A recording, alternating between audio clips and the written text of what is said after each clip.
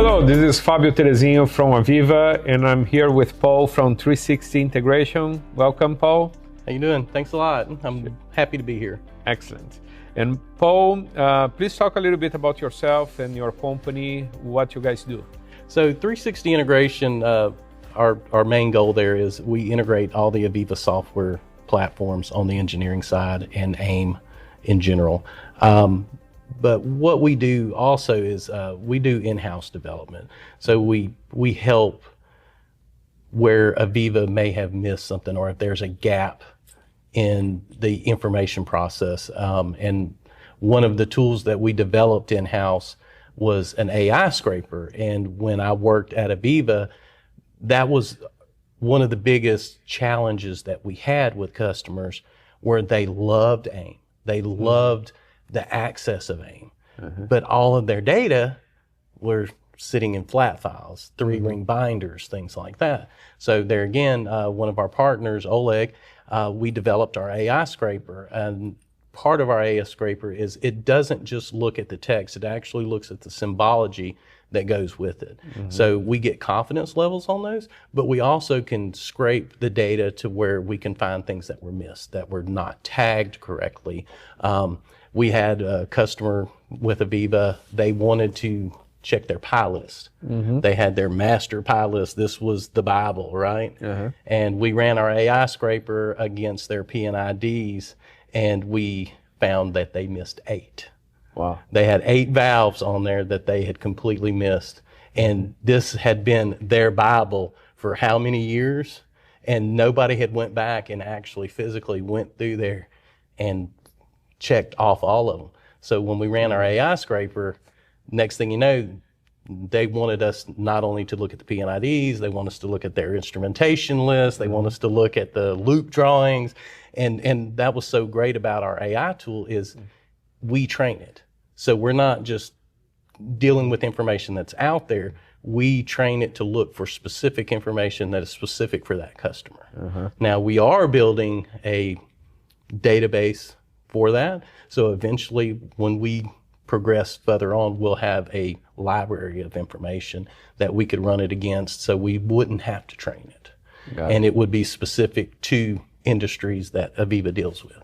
Wonderful. And how long does it take? How many documents it had to scan? We did, like I said, we did 135, and we did it in 2 days. Took me a day to train it, and took Oleg a day to run it, and we had all the information back to the customers. Wow. So, it would take how long for an experienced engineer to go through that manually? I wouldn't. Without the guarantee that it will find the gaps? That's the problem right there, is the guarantee and the accuracy of information. And even with AI, we still see that there is that human interaction that you got to have. Because AI only can present things that it knows, or things that it can understand. If it doesn't know, if it doesn't understand, it's just going to either say, I don't know, or it's just going to give you a wrong answer. And we started this whole journey to get the right answer. We don't want to fall back into getting the wrong answers again. We want to go forward and get the right answers. Some of the other development tools that we've done in-house was AVEVA's Clash Manager. AVEVA did an end of life on their Clash Manager. We developed basically the same program, Clash Manager, but ours runs internally in E3D. It's not a separate program. So for us to turn our customers on for it, that's all we do. We just load the program in on top of E3D, and they have Clash Manager. So that's kind of what we do. We had a presentation earlier and our question was like, what do you do? And I was like, you would just see nothing but text on there if we listed out everything that we possibly do for our customers, because we leave it to the customer's imagination of where they want to go. And we come in as that trusted advisor or consultant to say, this is how you're going to get to that path. Either we use AVEVA, we use a mix of AVEVA, other tools, things like that. We look at the big picture. We're battle tested. I got 35 years in this industry, showing my age. But yes, we've been there, we've done it. We were CAD managers. We've been in and out of nuke plants, chemical plants. We've done the work. We know the challenges that the customers are going to face. Yeah. And we're able to walk in there on day one and say, okay, here's your list of things that you're going to start looking at that you're going to need with this. And we have a lot of customers that come back and like, we didn't even think of that. Yeah. And the interesting thing is when you go back 30 years ago when I started, you are already maybe around starting as well. We are fundamentally trying to solve three problems to customers, right?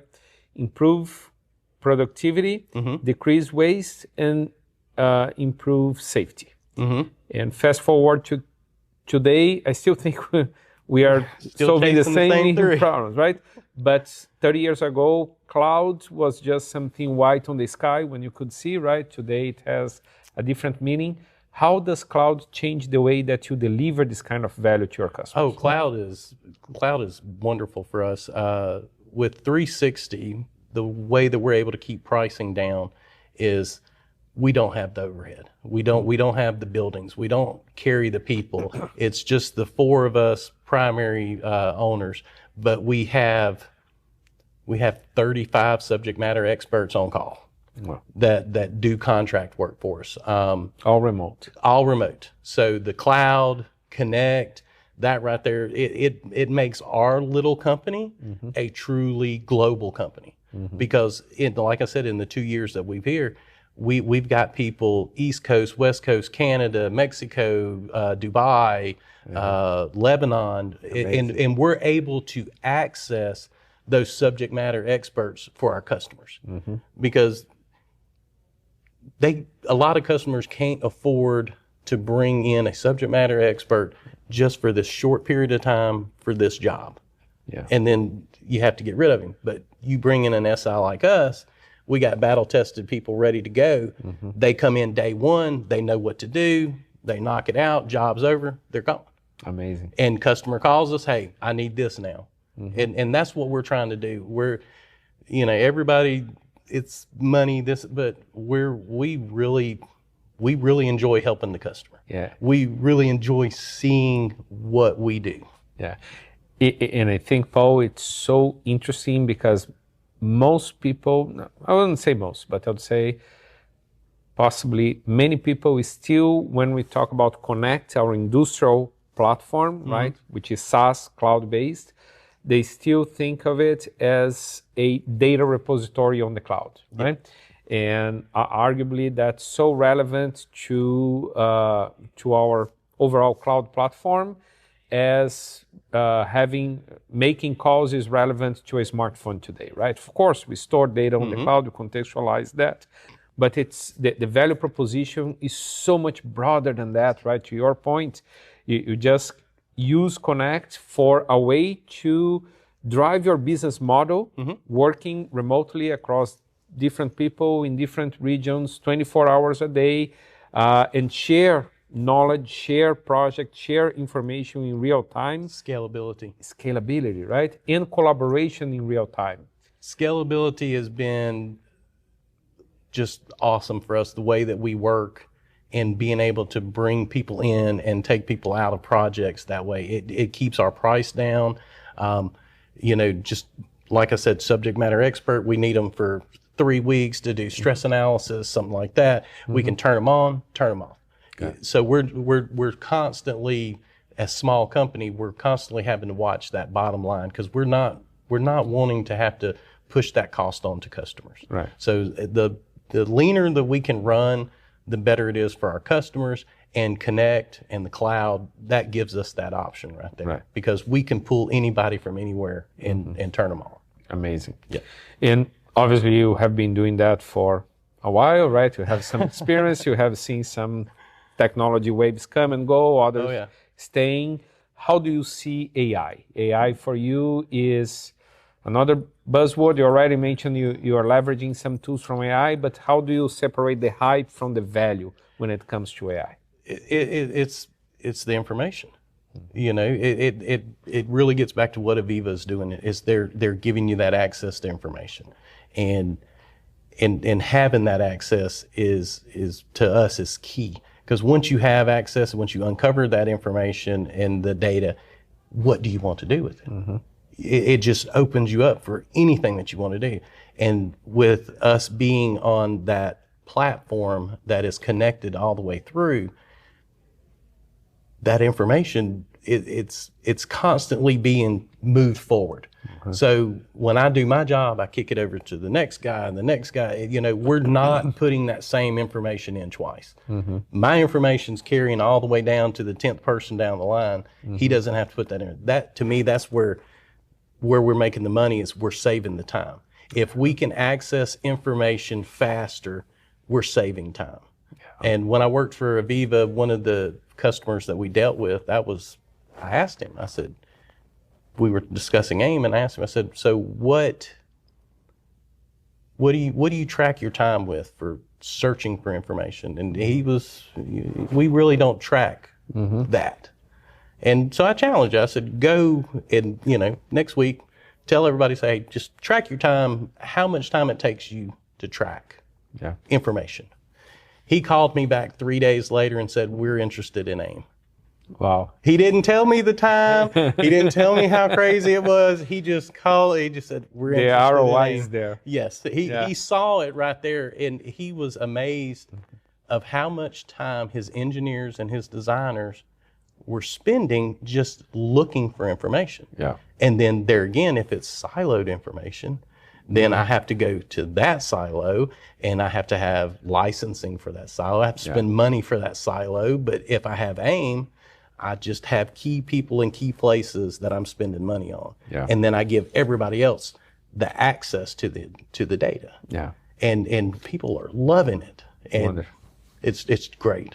Yeah, and I love the fact you use information even in the product name, right? AIM, asset information management and so on, because nowadays with AI and so on, so many people talk about data, and data is obviously the source of information, but the value is not so much on the data, but in transforming this data in meaningful information, right? And that's what we do with tools like AIM and others. But back to the AI part right there is, like you said, everybody's keyword is AI. And you start talking to people, and you're like, okay, well, what AI are you talking? Well, there's ChatGPT, and then there's Copilot, and I'm like, okay. But then we look at Todd Kubiak's example that he showed in his presentation earlier. When was the last time that the Golden Gate Bridge was moved? Yeah. Okay, so without... From Egypt. Yeah, so without having the correct data, the right data for AI to process that information, you're back to where you were. Context, yes, right? Contextualization of information is key to everything. I know, like I said, Todd, he mentioned it several times in his presentation. And that's one of the things that we bring to the table is, what is that context? What are you trying to achieve with the information that you're going for? And that's, my opinion, goes on multiple layers. That's a difference between an IT platform to a IT integration platform, industrial platform like Connect, or going to another layer, an IT integrator versus a OT integrator like 360, right? An integrator that does a great job integrating Salesforce, probably will not do a good job integrating the kind of projects that you do in the industrial environment, right? However, doesn't mean that they need to be completely isolated. That's why we're hearing more of OT-AT, because some data that you help to transform into information on the engineering simulation side can be useful for the projects they use on the other end, and vice versa. Exactly. That's why interoperability on the platform becomes so important as well, right? Yeah, and it's to us, I guess, the thing that we try to push to customers, though, is the foundation. I know AVEVA's UE 3.0 that's coming out, it's going to have a very solid foundation to start with, right? But then it goes back to every customer's different, because we're not using standards. We're part of CFOs. We're trying to push standards, because that right there becomes a problem in its own when you're talking to AI, when you're talking to AIM, when you're looking at all these other softwares. How we're getting all that information. If you start that foundation right, like with the way that we're going to do business, the way that we're going to, and you hold that throughout your project, you win. Yeah. You win every time. I've seen too many customers sign on and say, hey, we're going to use this and we're going to do it this way. And then you get a couple of bad actors along the way, and the whole project gets thrown to the side. Yeah. And then production rolls in, and because due dates don't move, so things get done, right? And then they come back and they're like, well, we wanted AIM, and we wanted ISM, and we wanted to do work tasks later, and we wanted to ERM, we wanted to bring all these things in. Yeah. Well, your foundation's not there. Yeah. Because you didn't adhere to what you said you were going to adhere to. Yeah. And there, that goes back to data quality, data consistency, you know, things like that. Not taking shortcuts. Yes. Understanding that data is not data, period, right? There is a lot of specific characteristics in data that you use for OT or design or simulation that's different from the characteristics that other systems, mostly IT systems, hyperscalers create to manage the data. Again, doesn't mean that those systems must be isolated and not talk to each other. On the contrary, we see more and more value in interoperability across them, but there is some specific requirements that we address in our area that are not addressed by hyperscalers in general, right? And you talked about business as well, and you are a business owner today. You have all this experience, but you are running your own company as well. What value you see in the partnership with AVEVA? The value, like I hit on it a little bit earlier, though. The value that we come with AVEVA is having that connected platform. Okay. Number one, that allows everybody to work in the same space. Allows everybody to share that information, so we're not repeating information. The other part that brings it to, like I said, is connect. It allows us to use our subject matter experts no matter where we're at. It also keeps our costs down because we can ramp up and ramp down as we need it. So AVEVA has been a great partner on that. Also on the part, you know, because we worked at AVEVA, we still know a lot of the service guys and the programmers. You know, we talk to them directly, and we're like, hey, we see this. Our customers see this. So we try to feed back, and then of course AVEVA feeds back to us saying, hey, you know, these are the ways that you do things. We've always enjoyed that partnership with AVEVA. Not only because we're family, because we came from AVEVA. Same DNA. Yeah, same DNA. Yeah. But we, as a group, we understood the goal of AVEVA. We understood what data meant. We understood that what that customer really is looking for at the end of the day is this. And AVEVA delivers that. But we're trying to just get more customers to understand the foundational part. And once you get that foundational part, all this other stuff that you see at these shows that's just amazing with AVEVA, that's what you get. But you got to start at that foundation. And a lot of companies, they've been bought. They've bought other companies. They've had different contractors in, you know, doing things. So their data is all over the place. But there again, AVEVA's giving us tools to go in and straighten that out. Okay. So the partnership with AVEVA has been excellent. We appreciate that. You know, I'll say we've done work for other companies out there as well, but yeah, our bread and butter is with AVEVA. Thank you. Yeah, we definitely like what we do with them. So. Thank you. And our commitment is to continue being vendor of choice for you as well. Well, I'll tell you this way, out of all of them out there, AVEVA's the easiest one to run out of them, so, you know, and it works. Music to my ears. And getting hindsight's 2020, right?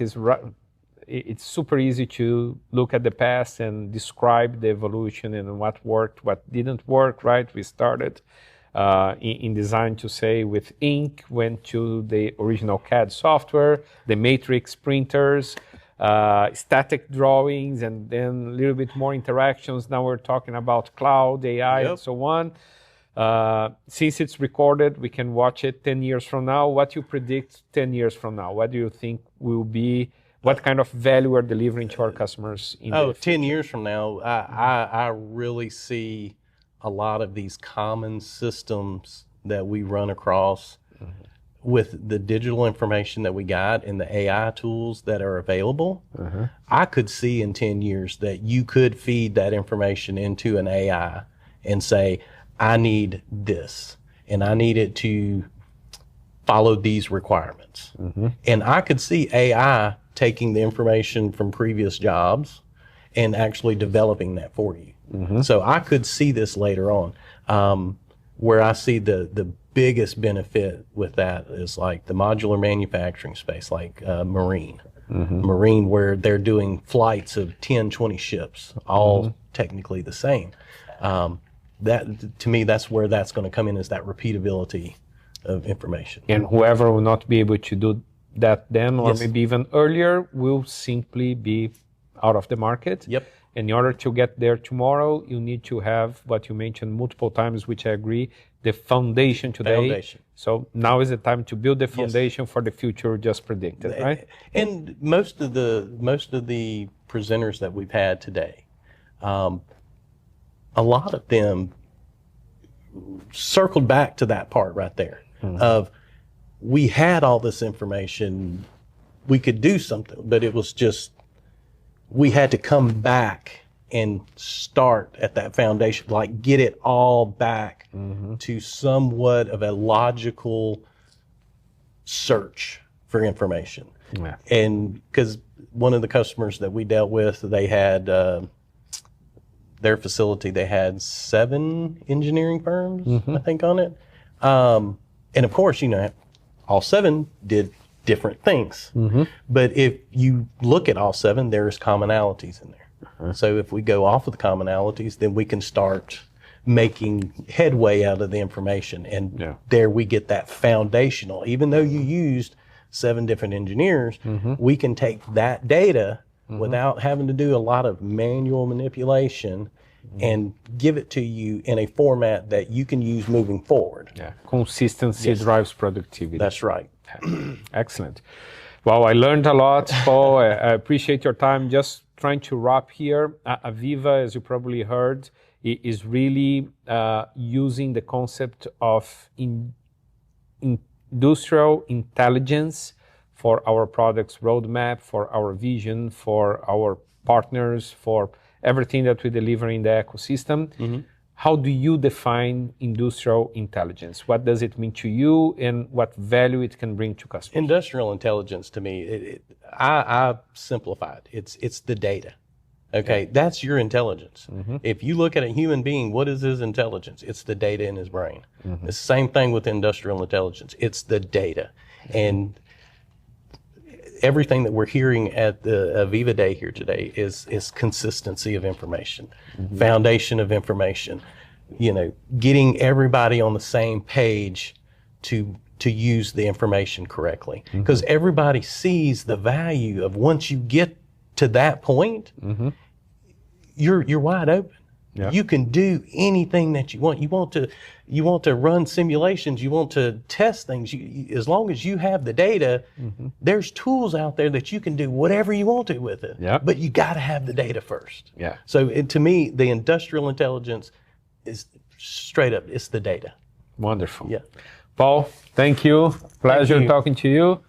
Hope to see you again soon and learn a little bit more. Well, hopefully we will be in Milan with you guys at AVEVA World, and we will be presenting with one of our largest customers, hopefully. Wonderful. Look forward to it. And thanks for the partnership. Thank you all. Thank you.